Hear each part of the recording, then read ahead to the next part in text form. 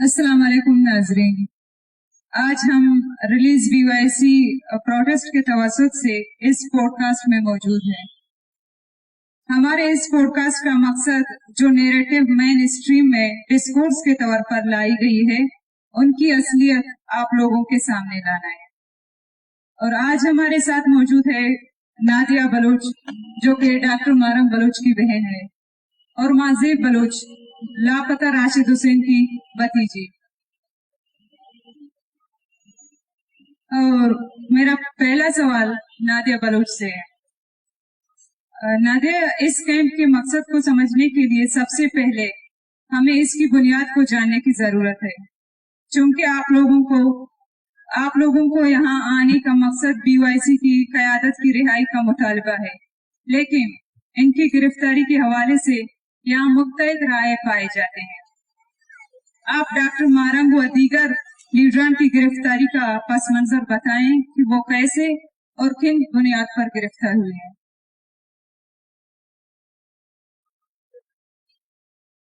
जी शुक्रिया। सबसे पहले तो अगर डॉक्टर मारंग या उनकी साथियों की गिरफ्तारी के बारे में बताया जाए तो उनको उस वक्त गिरफ्तार किया गया जब वो 22 मार्च को एक धरना दे रहे थे। वो धरना देने का मकसद ये था कि 19 मार्च को उनके एक साथी विपत बलोच मरकजी रहनुमा थे, उनके घर पे छापा पड़ता है और विपत बलोच और उसके भाई को गिरफ्तार किया जाता है। तो उसके बाद कोयटा में प्रोटेस्ट की कॉल दी जाती है और उसी दौरान जब प्रोटेस्ट चल रहा होता है तो जो प्रोटेस्टर्स होते हैं उन पे पुलिस की जानिब से क्रैकडाउन होता है और उन पे फायरिंग की जाती है। तो वहाँ पे जो 3 राहगुजर होते हैं और उनमें से एक जो प्रोटेस्टर होता है उन्हें गोलियां लगती हैं और उनमें से जो 3 प्रोटेस्टर्स होते हैं वो शहीद होते हैं। तो उसके बाद डॉक्टर मारंग और BYC ये फैसला करते हैं कि उनकी लाशों को हम सरियाब चौक में रखकर धरना देंगे। तो जब वो उनकी लाशों को लेकर धरना दे रहे थे तो रात को 4 बजे के टाइम उन पे क्रैकडाउन करके उन्हें गिरफ्तार किया जाता है। उसी धरने में जितने भी प्रोटेस्टर्स होते हैं उनमें से वो लवाकिन भी होते हैं जिनके जो प्यारे होते हैं उनको शहीद किया जाता है, उनको भी गिरफ्तार किया जाता है और उनकी लाशों को भी उठा कर लेकर जाते हैं। और उसी दौरान डॉक्टर मारंग बलोच और उनकी जो दूसरी साथी है बीबू बलोच, उन दोनों को गिरफ्तार किया जाता है बाकी जो लोग धरने में मौजूद होते हैं उनके साथ। और फिर उसके बाद इसी तरह गिरफ्तारी का सिलसिला जारी रहता है। उसके बाद गुलजारी बलोच को लापता किया जाता है उससे पहले, और उसके बाद जो है ना उसे गिरफ्तार किया जाता है। शाजी बलोच के घर पे छापा पड़ता है, उसे गिरफ्तार किया जाता है। उस पे MPO के केस लगाए जाते हैं। और शाहजी के बाद जो है ना बीबू बलोच की जो वालिद है मामा गफ्फार है उन्हें गिरफ्तार किया जाता है। तो इस तरह जितने भी उनके साथी होती हैं BYC के जो रहनुमा होते हैं उनको भी गिरफ्तार किया जाता है। और उनके साथ जो है ना उनके जो फैमिली मेंबर्स होते हैं, रात को जब उनके घर पे छापे पड़ते हैं तो उनके फैमिली मेंबर्स में से भी किसी न किसी को गिरफ्तार किया जाता है और उन्हें भी MPO की केस उन पे लगाए जाते हैं।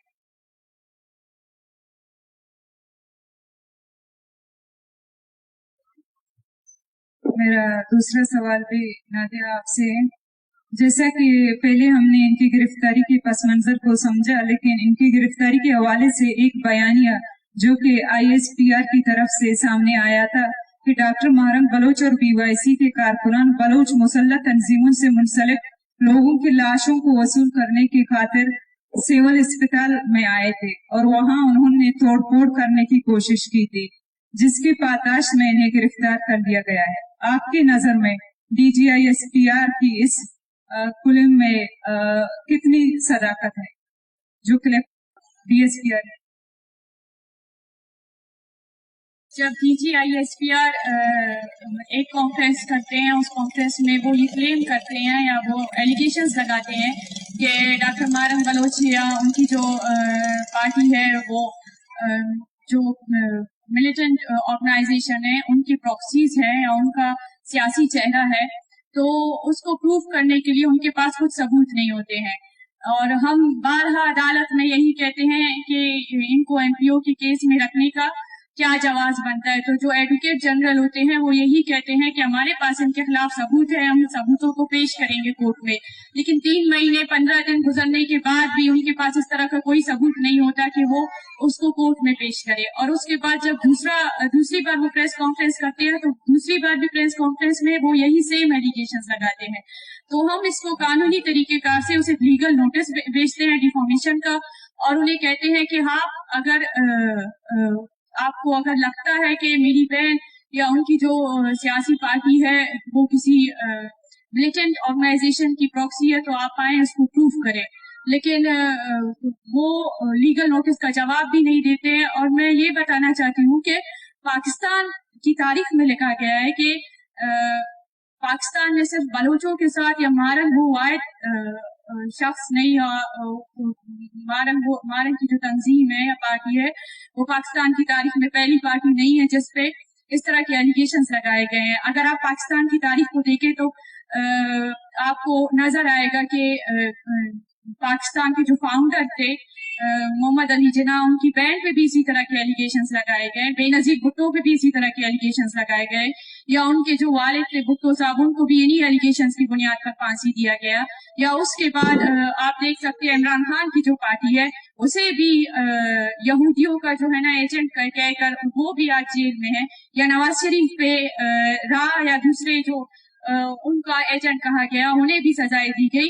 मतलब इस मुल्क की तारीख को अगर आप देखें तो अगर कोई ये हिम्मत करता है कि वो इनसे सवाल करे कि आप इस मुल्क को जमहूरी और आईनी तरीकेकार से चलाए, या वो इस मुल्क के फौज के खिलाफ या उनके खिलाफ आवाज बुलंद करे या उनकी जो हकीकत है उन्हें दुनिया के सामने लेकर आने की कोशिश करे, तो ये फौज हर उस इंसान के साथ, हर उस पार्टी के साथ वही करता है जो वो आज डॉक्टर मारन के साथ कर रही है। तो मुझे लगता है कि ये कोई नई बात नहीं, और हमने लीगल नोटिस भी भेजा था, लेकिन उनके पास इस तरह के जो एलिगेशंस हैं उन्हें प्रूव करने के लिए उनके पास कुछ भी एविडेंस नहीं है। अगर होते तो वो पिछले 4 महीनों से ज्यादा का अरसा गुजर चुका है, वो कोर्ट में लेकर आते और उस चीज को प्रूव करते।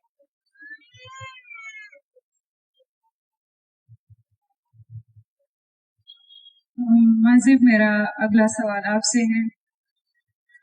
तकरीबन 1 साल कबल आप लोग इस्लामाबाद यही पुकार लेकर आए थे और यहाँ आपको हरासमेंट का सामना रहा, लाठीचार्ज और गिरफ्तारियां भी हुई है। इनके बावजूद भी आली हकाम संजीदगी दिखाने में नाकाम रही है और आप मायूस होकर चले गए। लेकिन इस तजुर्बे के बावजूद भी एक बार फिर आप लोगों ने इस्लामाबाद का रुख किया, इसकी वजूहत क्या है?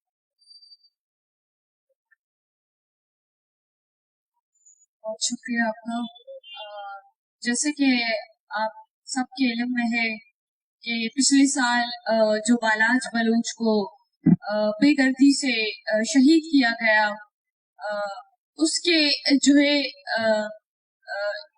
मसाशुदा लाश फेंकने के बाद बलूचिस्तान से जो मार्च की शक्ल में जो लोग निकले तुर्बत से होकर या दीगर इलाकों से होकर क्वेटा से, उन्होंने जब इस्लामाबाद का रुख किया तो इस बीच में उनके ऊपर क्रैकडाउन हुए, रास्ते बंद किए गए, उनको जो है हरासमेंट का शिकार बनाया।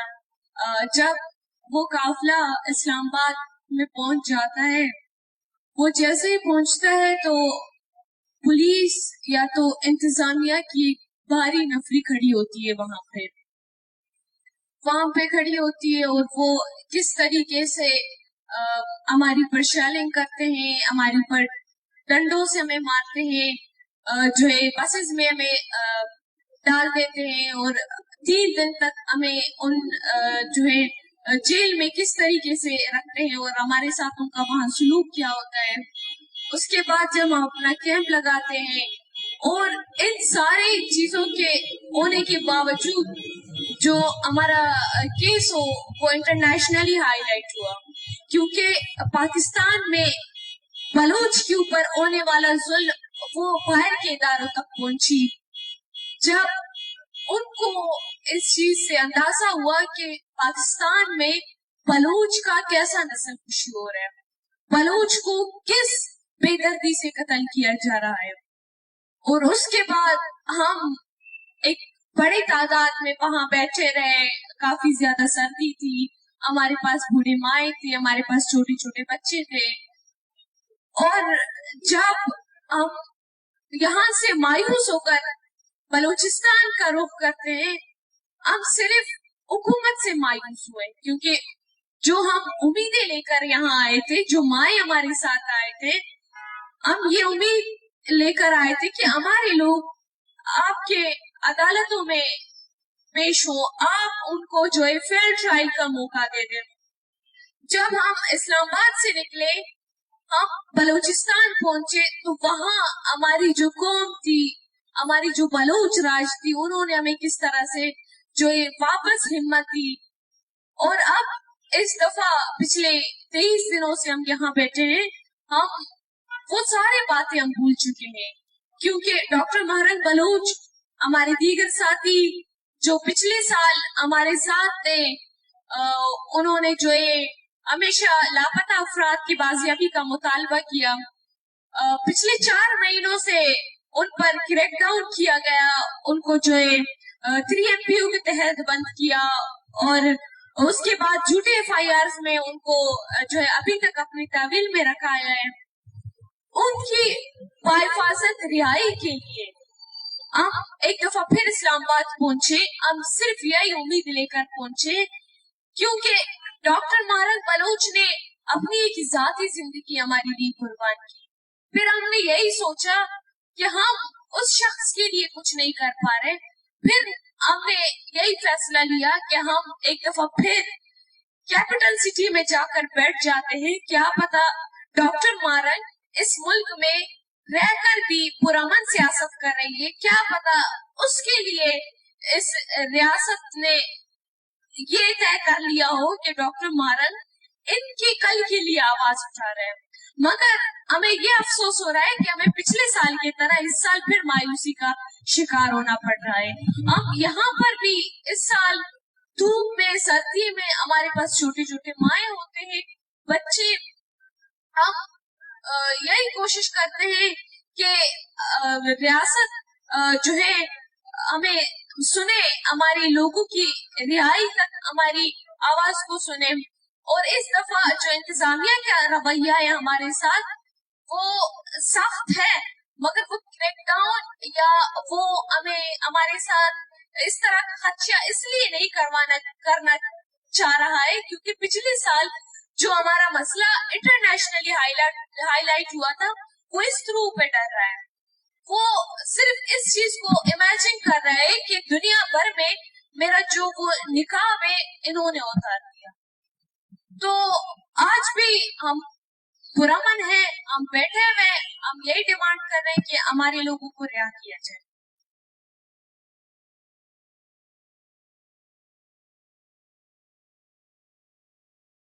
शुक्रिया। नादिया, मेरा अगला सवाल आपसे है। डॉक्टर महरंग व दीगर कारकुनों की गिरफ्तारी 3MPO नामी कॉलोनियल कानून के तहत अमल में लाया गया, लेकिन इसके बावजूद भी रियासत और अदलिया इस हथकंडे को कानूनी जवाब पेश न कर सके कि जिसकी गिरफ्तारी को कानूनी ज़ाब्त के तहत साबित कर सके। तो BOIC बतौर सियासी प्लेटफॉर्म इस मसले को कैसे देखती है? आया ये वाकई कानूनी हैसियत रखती है या महज सियासी इंतकाम है?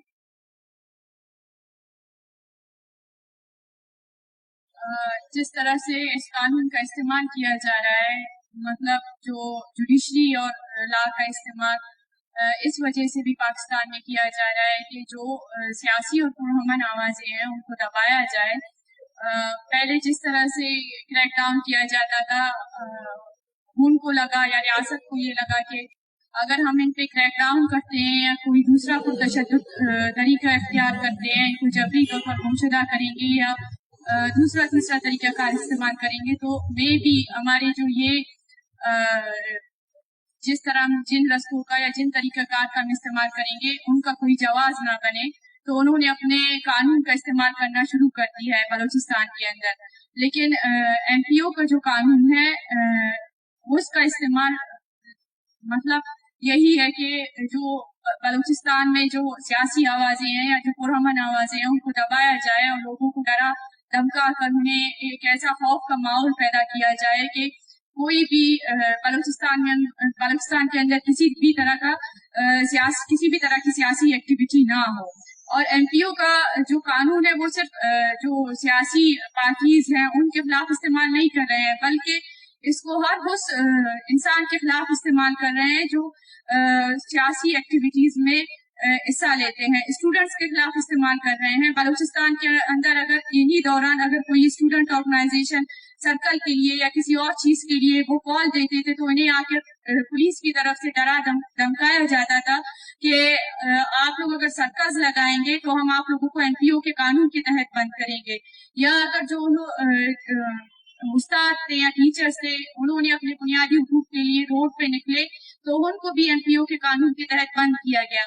मतलब एमपीओ के कानून को न सिर्फ सियासी वर्कर्स या सियासी पार्टियों के लिए इस्तेमाल कर रहे हैं, बल्कि हर उस स्टूडेंट ऑर्गेनाइजेशन हो, स्टूडेंट्स हो या दूसरे तीसरे यूनियंस हो, उन सब के खिलाफ इस्तेमाल कर रहे हैं कि कोई भी ना उठे और कोई भी अपने बुनियादी राइट्स के लिए आवाज बुलंद ना करे। तो यही लगता है कि ये जो है ना कॉलोनियल कानून है और इसका इस्तेमाल करना भी बलूचिस्तान के अंदर इनका एक ही मकसद है कि हर उस आवाज को दबाया जाए जो बलूचिस्तान में होने वाले अपने बुनियादी जो राइट्स हैं उनके खिलाफ उठे और आवाज बुलंद करे।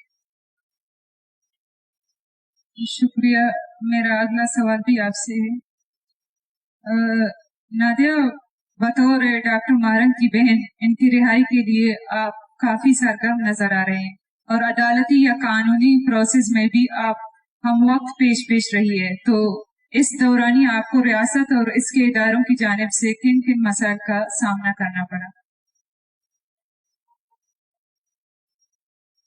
बतौर डॉक्टर की बहन या डॉक्टर की फैमिली में ये नहीं कह सकती कि सिर्फ हम ही रियासत के क्रैकडाउन का शिकार हुए हैं या प्रोफाइलिंग या हरासमेंट का शिकार हुए हैं। मतलब जितने भी फैमिलीज है, जितने भी लवाहिकीन हैं बीवाईसी के, आप शाहजी का मिसाल ले सकते हैं कि उनके घर पे जब छापा पड़ता है तो उनके घर में जितने भी मर्द होते हैं उन सबको गिरफ्तार किया जाता है, जिनमें डॉक्टर्स भी होते हैं, एक भाई डॉक्टर है या दूसरा तीसरा जो उसके कजन्स होते हैं उन सबको गिरफ्तार किया जाता है। या आप बीबर की मिसाल ले सकते हैं कि उसका एक भाई वो पीएचडी स्कॉलर है लेकिन उसको भी गिरफ्तार किया जाता है और 2 महीने जो है ना उसे एमपीओ के कानून के तहत गैर कानूनी तरीके से गिरफ्तार करके रखा जाता है। और उसी तरह गुलजादी की जो फैमिली है उसे भी जब गिरफ्तार किया जाता है या उसे पहले जब 1-2 दिन पहले लापता किया जाता है, उसे डराया धमकाया जाता है कि अगर आप बीवाईसी के लिए काम करेंगे या बलूचिस्तान में होने वाले जितने भी जुल्म है उनके खिलाफ उठेंगी तो हम आपकी बाई को लेकर जाएंगे, हम आपके खानदान वालों को मार डालेंगे, आपकी जो बहनें हैं उन्हें हम उनके खिलाफ केसेस लगा सकते हैं, उन्हें गिरफ्तार कर सकते हैं। या अगर मैं अपनी मिसाल दूं तो मुझे भी मुख्तलिफ तरीकों से हरासा करने की कोशिश की गई। जब मैं घर से निकलती थी तो मेरा पीछा किया जाता था वीगो गाड़ी के तहत, और दूसरा जो है ना हमारे घर के पीछे ही आईएसआई वालों ने, रियासती जो एजेंसियां है उन्होंने कर लिया हुआ था। हमारे घर में से जो भी मेरी वालदा या भाई या बहनों में से कोई भी निकलता था तो उनका पीछा किया जाता था, उन्हें हरास किया जाता था। या हमारे जो मोबाइल्स है उनमें लिंक भेजना या मुख्तलिफ तरीकों से हमें हरासा करने की कोशिश की जाती थी और अभी तक कर रहे हैं। हमें डराया जाता है या फोन किया जाता है कि आपके जो या पुलिस जेल के अंदर जो है ना डॉक्टर को यही कहा जाता है कि उन्हें डराने के लिए, उन्हें तोड़ने के लिए हम आपकी बाई की एजेंसी वाले जो है ना आपकी बाई के पीछे पड़े हुए हैं, तो आप कोशिश करें अपने बाई को कहे कि वो यहाँ पे ना आए मुलाकात के लिए, उन्हें कभी भी किसी भी वक्त गिरफ्तार किया जा सकता है। जिस तरह अगर बीबू का मिसाल लिया जाए तो उसको भी उसके जो वालिद है मामा गफार है, उनका तो कोई भी गुनाह या कसूर नहीं था, लेकिन उन्हें इस वजह से बंद किया गया या एमपीओ के तहत 3 महीने रखा गया कि वो उस बेटी के वालिद थे जिन्होंने बलूचिस्तान में होने वाले जुल्म और जबर के खिलाफ आवाज बुलंद किया। उसे बीबू को तोड़ने के लिए जेल के अंदर उसके वालिद को गिरफ्तार किया गया। हालांकि जब हुकूमत एफआईआर लेकर आई तो मामा गफार के खिलाफ एक भी एफआईआर नहीं था, और जब उन्हें एटीसी कोर्ट में पेश किया गया तो हमने यही सवाल पूछा कि मामा गफार तो एनपीओ के तहत बंद है, उन्हें अब छोड़ देना चाहिए। तो वहां से जो सीटीटी के अहकाम थे उन्होंने कहा कि नहीं, उनके नाम पे भी एफआईआर है। कौन से एफआईआर पे? उन्हीं एफआईआर पे जहाँ पे बीबू के वालिद का नाम था ही नहीं और उनका नाम वगैरह में शामिल करके सिर्फ फैमिलीज को टॉर्चर करने के लिए, या जो कलेक्टिव पनिशमेंट है, आप कह सकते हैं कि जितने भी लोग हैं वो आवाज बुलंद कर रहे हैं बलूचिस्तान के अंदर या सियासी एक्टिविटीज में सरगर्म हैं, तो उनके खानदान वालों को टॉर्चर करना, उनके खानदान वालों को हरासा करना, उसका बुनियादी मकसद भी यही है कि ये लोग टूट जाए और कोई भी बलूचिस्तान के अंदर ऐसी आवाज ना उठे कि वो बलूचिस्तान में होने वाली जुल्म और जबर के खिलाफ आवाज बुलंद करे। अगर वो उठेंगे तो हम उनको नहीं, उनके खानदान वालों को कुछ भी कर सकते हैं।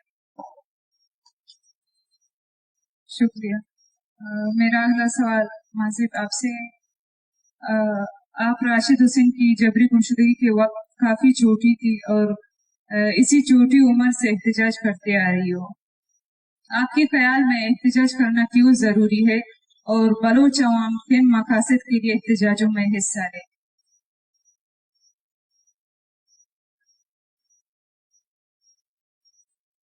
देखिए, सबसे पहले जब लोग लापता हो जाते हैं, वो लवाहिकी कानूनी कार्रवाई करके वो लीगल प्रोसेस के ऊपर काम करते हैं, वो कोर्ट कचहरी के चक्कर काटते हैं।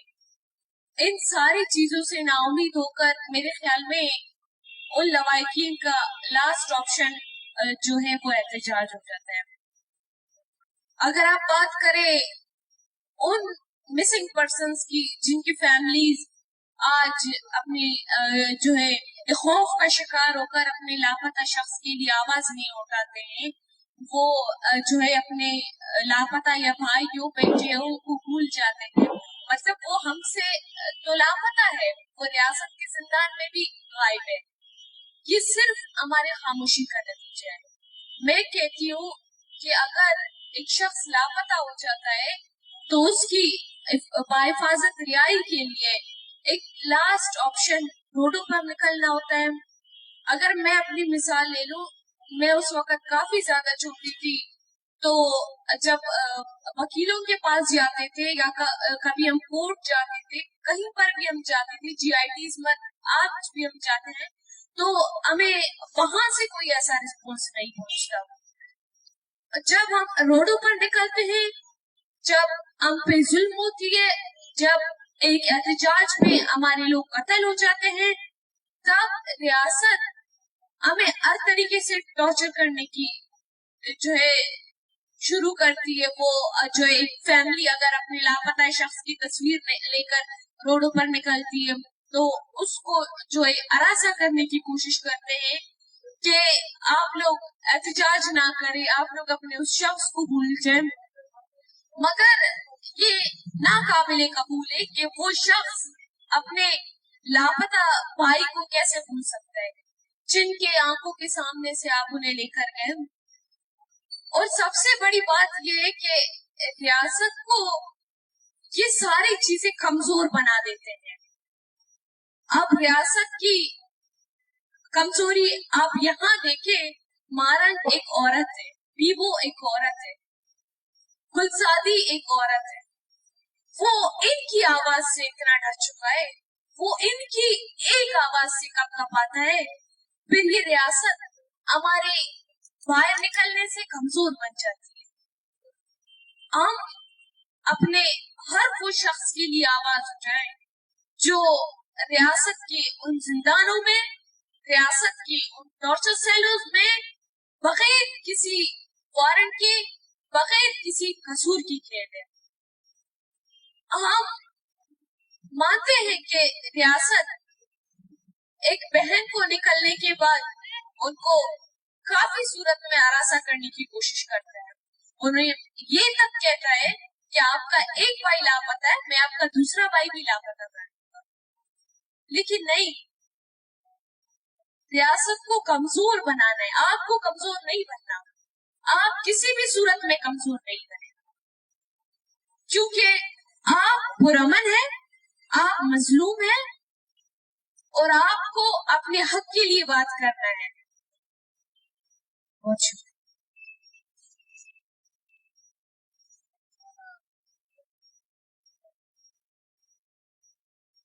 شکریہ منظر.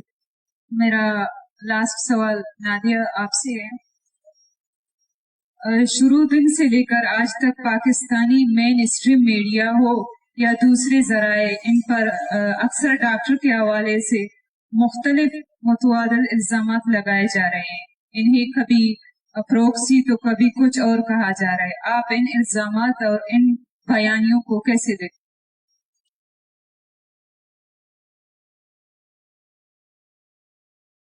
میرے خیال میں کہ سوال کا جواب میں نے پہلے دے دیا ہے، لیکن میں دوبارہ دینا چاہوں گی کہ جس طرح کے ایلیگیشنز لگا رہے ہیں یا میڈیا کا استعمال کیا جا رہا ہے میری بہن کے خلاف، تو میں یہی کہوں گی کہ اگر ہم نے پہلے دن سے یہی کہا ہے، جب ہم کورٹ میں گئے تھے، جب پہلی سی پی ایم نے فائل کی تھی تو ایم پی او کو چیلنج کیا تھا یا دوسرے ٹرم کو چیلنج کیا تھا یا سپریم کورٹ میں ہم نے کیس فائل کی تھی، تو ہم بارہا اپنے گراؤنڈز میں یہی کہہ رہے ہیں کہ میری بہن ڈاکٹر مارنگ کے خلاف اگر اس طرح کی کوئی بھی ثبوت ہے تو آپ لے کر آئے کورٹ میں، اور کورٹ میں جو ہے نا اس کا ٹرائل کرے، نہ کہ میڈیا ٹرائل کرے اس کا. تو جتنے بھی میڈیا کے اندر جو اکاؤنٹس ہے یا چینلز ہیں جو میری بہن کے خلاف باتیں کر رہے ہیں یا ان کی کردار کشی کر رہے ہیں یا ان کے ایسے پوسٹرز بنا کر شائع کر رہے ہیں، تو میں ان سب سے یہی کہنا چاہوں گی کہ اگر آپ لوگوں میں اتنی ہمت ہوتی، اگر آپ لوگوں کے باتوں میں اتنا ہوتا تو آپ لوگ لے کر آتے، جتنے بھی اس کے خلاف آپ لوگ یہ ایلیگیشنز لگا رہے ہیں ان کو کورٹ میں لے کر آتے اور ثبوت پیش کرتے. لیکن آپ کے پاس ایسا کچھ بھی نہیں ہے، اور ایسا کچھ نہیں ہے تو آپ میڈیا ٹرائل کے ذریعے جو ہے نا اس کی آواز کو بلوچ عوام کے سامنے نہیں، پاکستانی عوام کے سامنے یا انٹرنیشنلی کمزور کرنا چاہتے ہیں. لیکن میرے خیال سے